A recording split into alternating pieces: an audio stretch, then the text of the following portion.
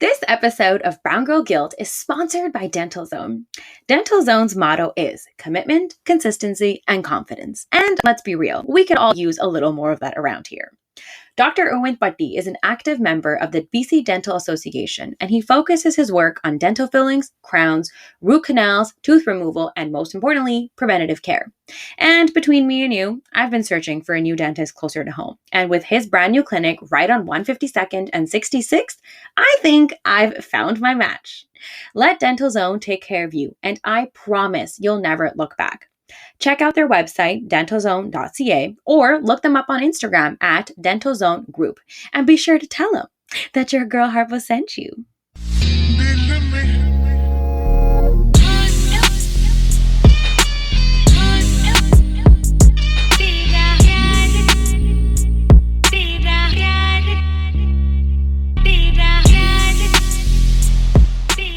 Hi friends, it's your girl Harpo. Welcome to Season 2, Episode 3, titled Secure the Bag with Gurtej Varn.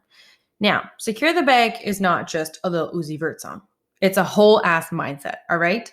Secure the Bag means going after what you truly want and hitting all the goalposts you've laid out for yourself. And the bag can be anything really. I mean, while the idea of the bag comes from the idea of a money bag, your bag is your bag, okay? It can be money, happiness, success, 100K subscribers, that massive sponsorship, or honestly, just straight A's on your report card. This episode is titled Secure the Bag because my guest, Gurtej Varn, is someone who embodies the hustle and bustle sentiment behind the saying.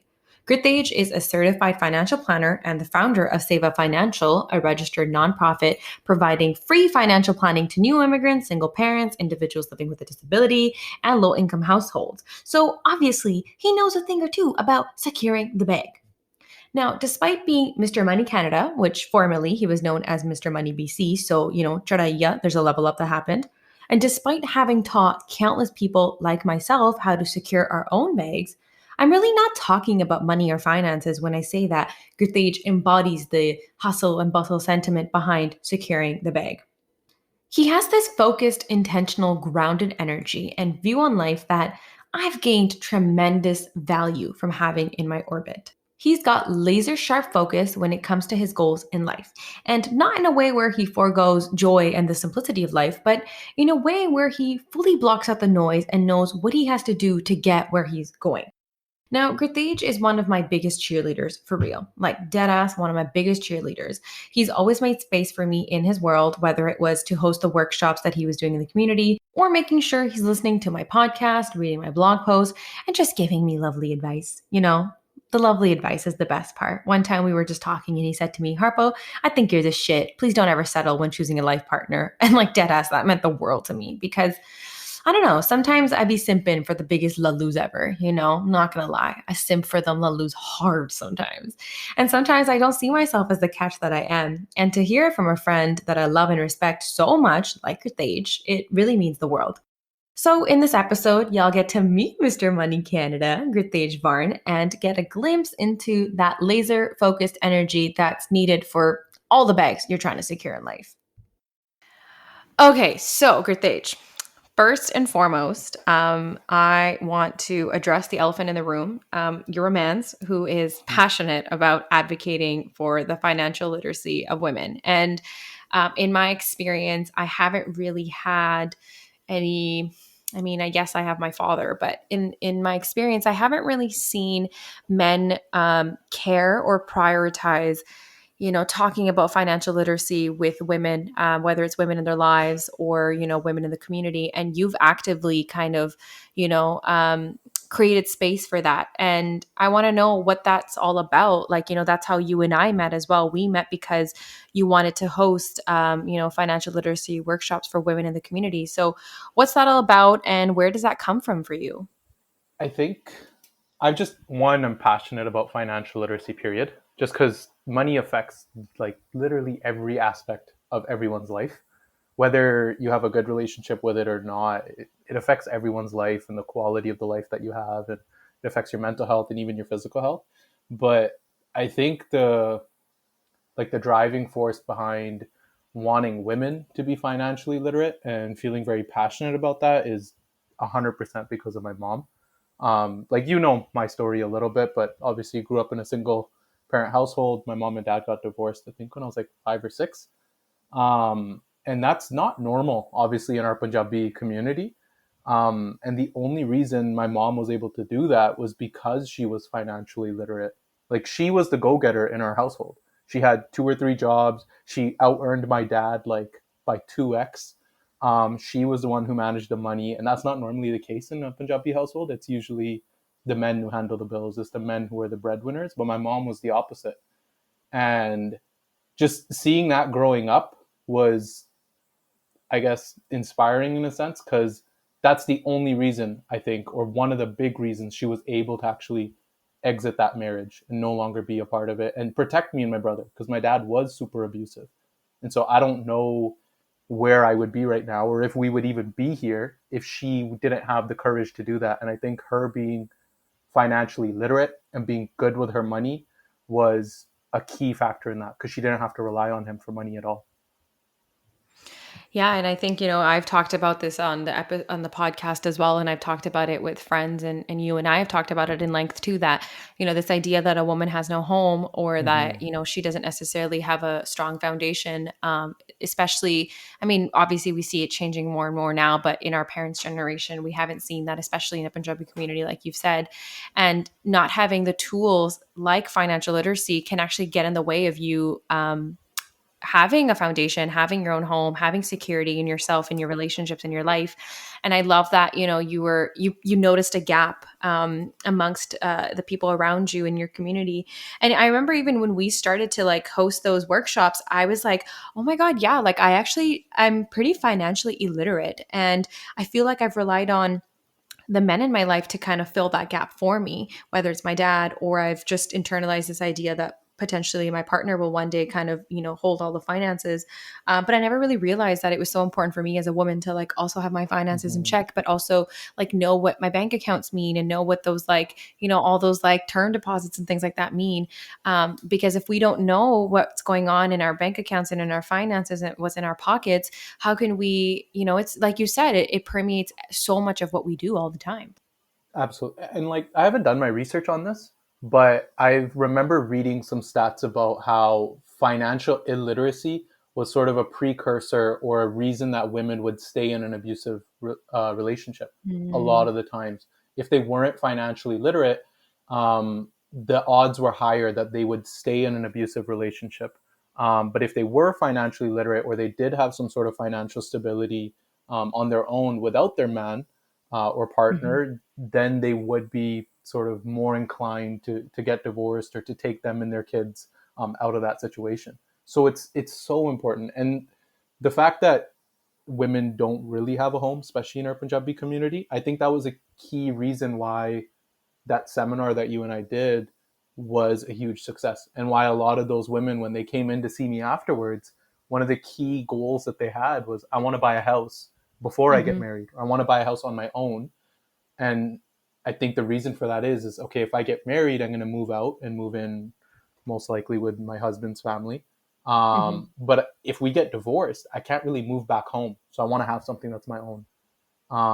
So it's so important to have that sort of financial stability in your life.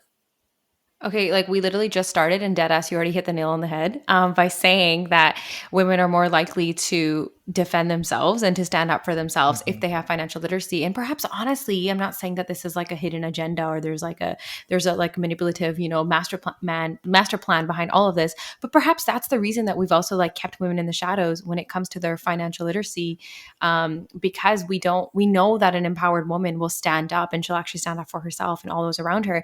And perhaps that's why we also hold them back, because we're like, you know what? We don't necessarily want to equip them with all the tools, because then that'll give them enough power over us. And when I'm talking us, I'm thinking this idea of this patriarchal system. I'm not talking about individuals. But I think you hit the nail on the head perfectly there by saying that, that they are more likely to kind of arm themselves if they have that foundation, and they have that solidarity between themselves and all other aspects of their lives. Yeah, I don't even think it's like a hidden agenda. I Mhm. think Yeah. like if a man I didn't feels want to have to that, say I it. I guess it's easier when I say it compared to if you were to say it, you'd sort of get Yeah. in maybe some trouble. But I don't think, whether it's conscious or not, I do think that if there is a primary breadwinner in the house, which typically in most households is the man, if he feels that, yeah, I have power over this family because they rely on me financially and they wouldn't know what to do without me, yeah, that's like a sense of control. And I guess for someone who's maybe a little bit, I don't know, not that confident in themselves, it's peace of mind knowing that this person can't leave me now because they rely on me. And if you can take that power away and give it to a female, she's not going to have to go through that abuse or whatever the case is. And that's why I'm so passionate about it, because I saw it in my household. My mom is a boss. Like Yeah. she's so good with her money, and she worked so hard. And because she did that, she was the main breadwinner in the house. She knew what was going on with her finances. I'm not saying it was the only reason that she had enough confidence and sort of faith in herself to parent us alone and get us out of that abusive situation. But I do think that financial literacy was sort of a big piece in that, of being able to pull that trigger. Because I do have friends who've had similar situations with their dads.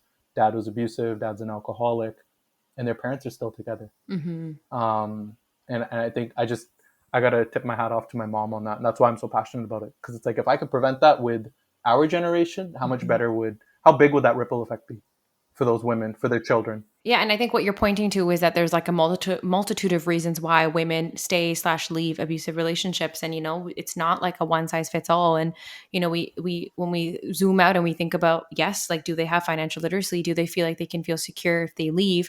Perhaps they would, and if they don't have that, then perhaps they won't. Even like in talking about this, like, idea that you're passionate about advocating for the financial literacy of women. Have you ever felt like, that in kind of standing up in front of in a room in front of a bunch of women, did you ever feel like you were out of place? Did you ever feel like maybe I'm not the best person to be putting on this seminar or kind of giving out this information? How have you navigated as a man taking up that space in a room full of women? I When we did that seminar, I felt so out of place. Yeah.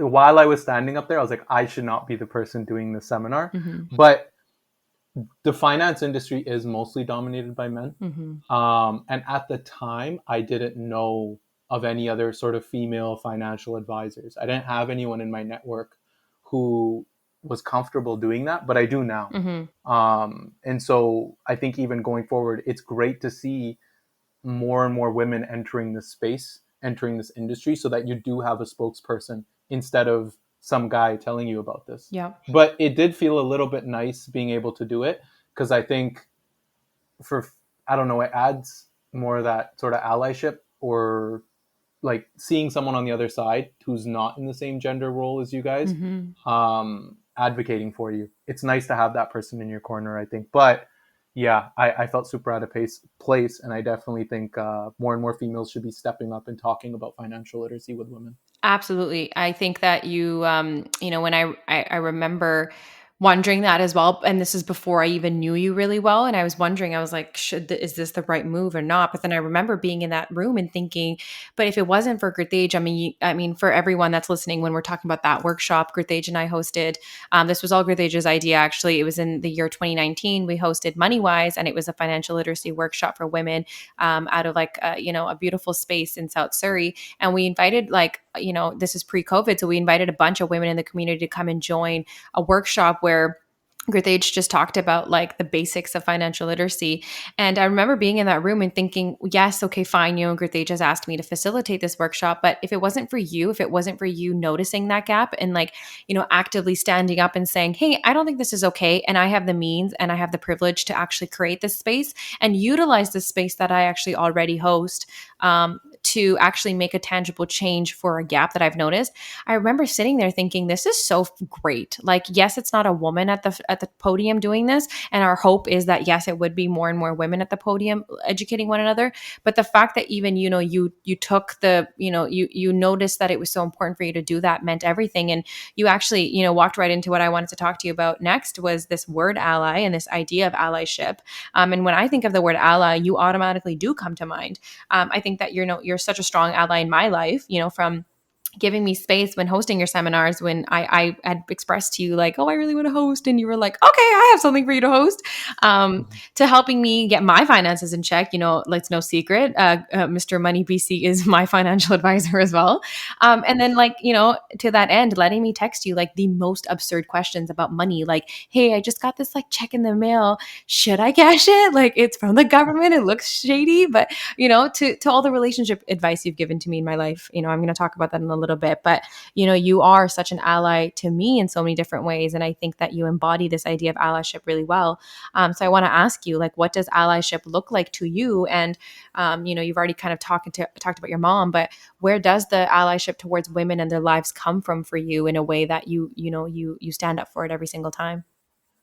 I think, yeah, it comes back to mom. And just because I was mostly raised by women. My masi was around a lot. My grandma was around a lot. My grandpa passed when I was really young. So I was mostly raised by women. And so I think there was that aspect of it, of just understanding the plight um, of females, especially in our community. But Kirti also really opened up my eyes to that, of like just seeing how much more difficult her life was, and it could be in like the smallest ways. Mm-hmm. Well, I guess that's even my privilege speaking out there. It's small to me, Mm-hmm. but these minor things that I wouldn't even blink at, but are huge deals to her. Like I can walk out to my car at night at midnight and not have to look around, or have my beeper in my hand so that I can hit the alarm or whatever to attract attention. I can do that, no problem. I can go for a run at night. I can go to a gym and not feel like everyone's staring at me, and I can wear whatever I want. And so I think allyship to me is just understanding that you and I have different experiences, Mm-hmm. and letting you voice those experiences and trying my best to understand, and then fighting for you, because I'm coming from a place of privilege. I should be the one to speak up because I have the voice to speak up on your behalf, because you're not no one's going to hear it coming from you. Mm-hmm. And Yeah. when I say you, I mean females. Yeah. I think it's so refreshing to hear that. And for those of you who don't know, Gurtej is Gurtej's fiance, soon to be wife. Yes. He's got a whole face of a beard right now because he's, getting married soon. And I think it's so refreshing to hear because, I mean, yes, like I think the point of this entire season at Brown Girl Guilt, it's very deliberately all male, all men guests this season is to really, for me to say that, I mean, we can kind of like, we can be strong women and we can say like we don't need men or we don't want men. But I mean, I'm going to speak for myself and say that I've actually gained a lot of value from having really strong, supportive men in my life, and for them to utilize their space that they have to further any of my causes and to further give me space actually seems really, productive for me. It seems really wonderful and lovely. And I love that you say that, you're paid, it's like you're tuned in, you're paying attention. And even like you correcting yourself right now to say it seems minor to me is a privilege to me. I think it's so refreshing. And I think that, kudos to your mom and kudos to Kirti, but also kudos to you because, I think you're able to remove yourself and step out of your ego to say that this isn't about me. This isn't about Mm-hmm. specifically me. Yeah, I I don't know if I should even say this on the podcast. Maybe you can edit this out later. But I think it's I feel like it's even more important for me to say it as a guy who's not single, Mm-hmm. because when you hear, I guess, men sort of advocating for equal rights and feminism and all that stuff, and you hear it from a single guy, it kind of gets discredited, Mm. because everyone's like, "Ah, you're just you're just saying that to get women or to Mm. look more appealing." And I think as a guy I'm getting married, I don't have anyone to court. In that sense, I'm not doing this for attention. I think it holds that much more weight. Mm-hmm. And so I do, yeah, I don't know if you want to include that, but I do think it's important. And it's not just with feminism and women's rights, it's in any aspect. If you see sort of injustice going on in the world and you don't have to deal with it directly, that's even more reason for you to speak up, Mm-hmm. because you're not actually in it. You get to be a fly on the wall and take it in objectively and then fight for sort of what side you think is right. Right. And you're not walking into that situation with all your, with like, I always say that I actually don't really argue much with people. Like, I just don't argue with people, Mm, especially when it comes to like, more heavier social justice based or, like anything when I was a really actively pursuing like a gender studies degree and whatnot, I don't argue with people because I actually end up crying a lot. I get really emotional and I get really caught up in the emotion of the actual thing that I'm saying. And I feel like there's no room for my emotions and there's no room for my experiential knowledge in most arguments. And so I don't even argue. And I'm sure that might be like something that is, going to be detrimental, or some people might think like, she's not really standing up for X, Y, and Z or herself. No, I'm actually protecting my peace and I'm choosing myself in that situation because I think that it's hard for me to come into any space and argue on my behalf based on something experiential when you're not even going to get it, so why bother? Because, I think, and then to that end, if it's, if you're not, if there's someone that isn't, so clouded with emotion and can have a little bit more of a structured argument where their points are going to get across and they are going to be heard, I would rather that person just do it. To be honest, that's not me giving up. That's just me, again, protecting my No, peace. 100%. And sometimes it's just exhausting to argue with people. Yeah. Like it's just exhausting, and it's maybe oftentimes not even worth it. No, it's really not. So beyond financial planning, there are so many lessons that I've learned from you. And I want to just say that, like, yes, you are my financial advisor, and yes, you are one of my friends, fiancés, but I do truly consider you part of my soul tribe and my soul family. And this is also why I'm giving you space on season 2, this entire season. There's something that I've learned from you. This is this bamboo tree example, and I have it screenshotted in my phone. And I remember looking at it when Brown Girl Guilt first launched. And then just, I go back to it anytime this thing called life feels like too much. And the idea is, obviously, even when you sent it to me, we were paraphrasing a bit, but the idea is that when you plant, something into the ground, you've planted the seed and you just leave it. And over time it starts to sprout and it starts to grow. But what you don't actually see is, the roots, like how long it took for the roots to spread out and, everything that was happening underneath the soil. And everything that we see on this end is just the actual plant coming out, and it grows and grows, but no one actually sees the roots underneath. And sometimes also, like, it doesn't happen right away. We have to give it patience. And I think that, when you taught me that lesson, it really put life into perspective for me. It put this journey into perspective for me. And it's something that I have to come back to often, to think like, maybe the roots are still being kind of spread out, and maybe the seed needs more water, or needs better soil, or needs like sunlight, and that eventually this tree is going to grow. Mm-hmm. It's I still struggle with it myself. Like, I'm the most impatient person ever. But I don't know, when I don't remember where I heard that, but I think when you and I were talking about it, it was, we were both in a place in our life where we were putting in the work and we were doing good work, and maybe the results sort of weren't coming to fruition as fast as we thought. Yeah. But I think it kind of comes back from having that faith and just the work you're doing and the energy that you're putting out there. Because it's like, if I'm doing good work and I'm doing it with the right intentions, there should be no doubt that at a certain point this will pay off. And that payoff might be even better than what I thought it was going to be. Because maybe the thing that I wanted to happen is actually not a good thing.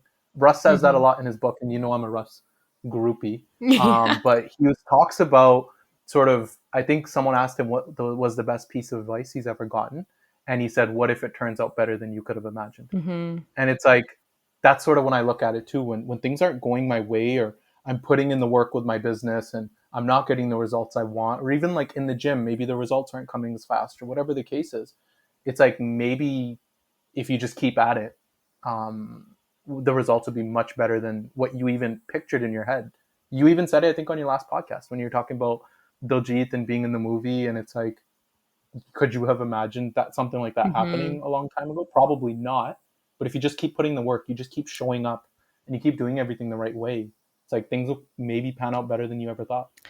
Facts. And I think that the key to all of that was consistency, right? Like, you were saying that you and I were both putting in work, and there was actually a period in time where, Gurtej and I were simultaneously hustling like a shit ton. And, we were, in our spaces, in our circles, we were like the superheroes and we were the superstars, but like outwardly, perhaps it wasn't being received that way, or maybe it wasn't happening in the way that, I know I'll speak for myself. It wasn't being received in the way that I wanted it to be. And I remember once you said that example, example to me. And again, like I was going to talk about the Rust book because you did gift me the Rust book, Get Out of Your Head. It was like this idea of just stay consistent, put your head down, just do your work. And there's like all these little quirks that I wish everybody would know about Gurtej. Like Gurtej buys like 10 or 15 of the exact same t-shirt so that he wastes absolutely no time in the morning figuring out what to wear. So it's like, it's not like he's wearing the same t-shirt every day. He's wearing a brand new t-shirt every day, but he's just streamlined so much in his life to just be so focused and to only care and focus on the things that truly matter. And I think that's something that I've learned from you so much, whether it's, that bamboo tree example, that Rust book that you gifted to me, even your relationship with Gurtej. It's like only to show up and focus on and stay consistent to the things that matter. And, that's number one, yourself. And then everything else after that is anything that helps to cultivate that sense of self. Yeah, because there's so much stuff you could focus on. So it's like, let's just block out all the noise and just focus on the things that matter.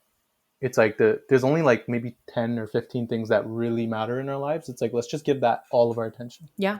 And it's like, life's so much simpler when you only focus on a few things.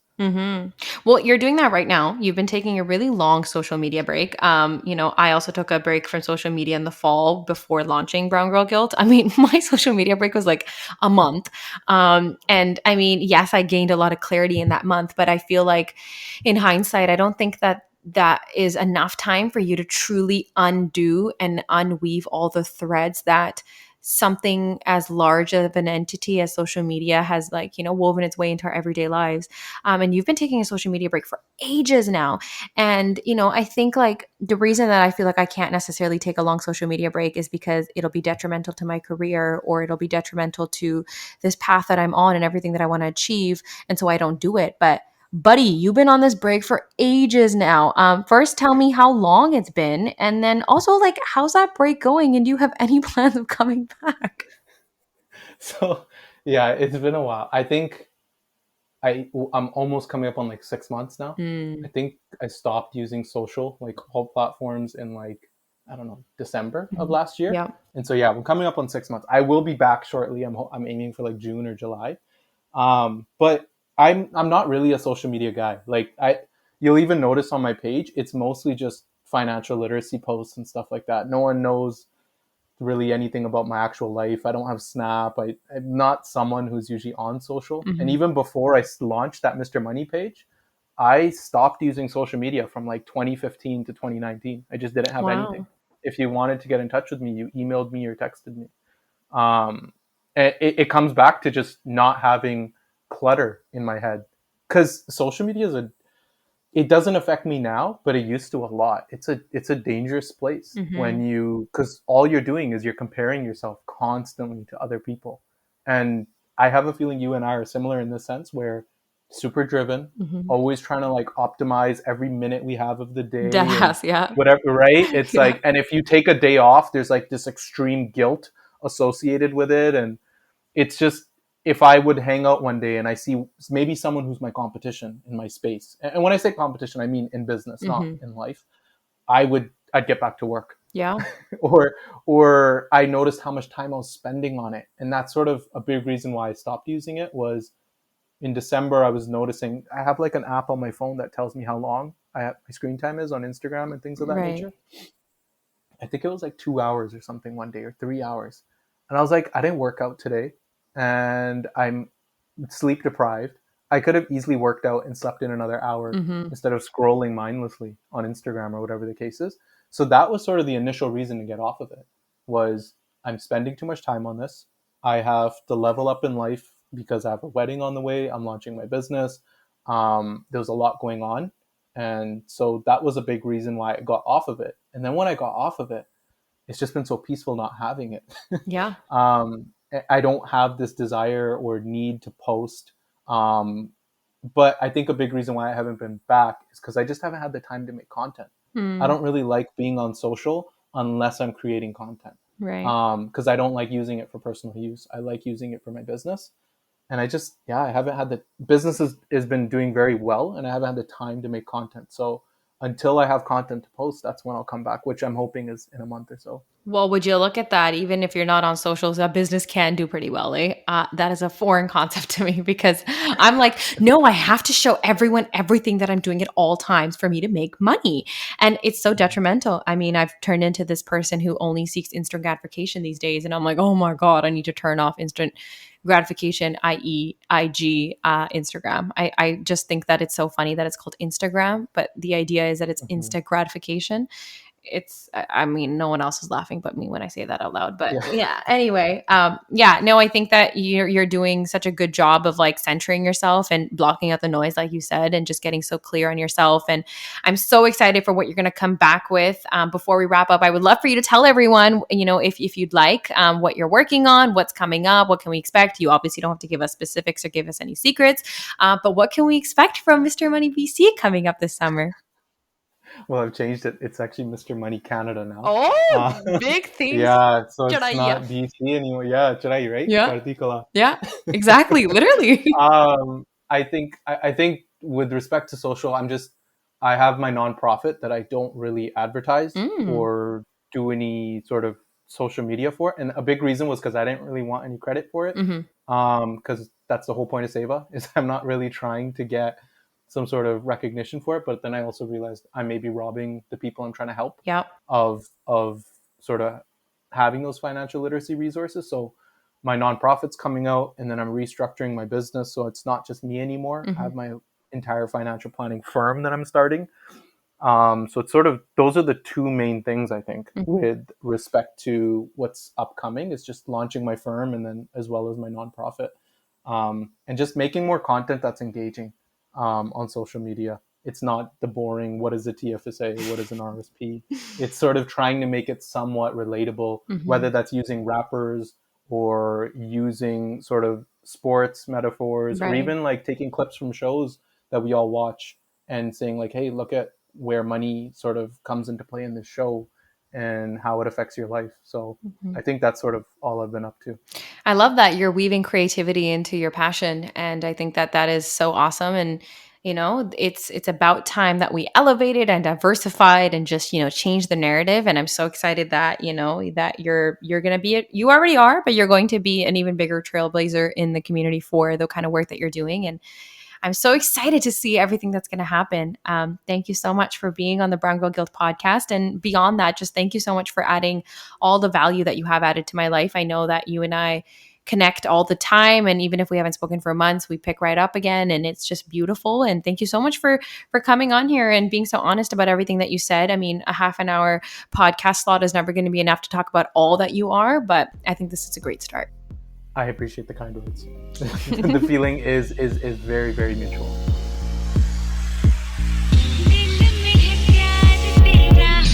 दिल है प्यार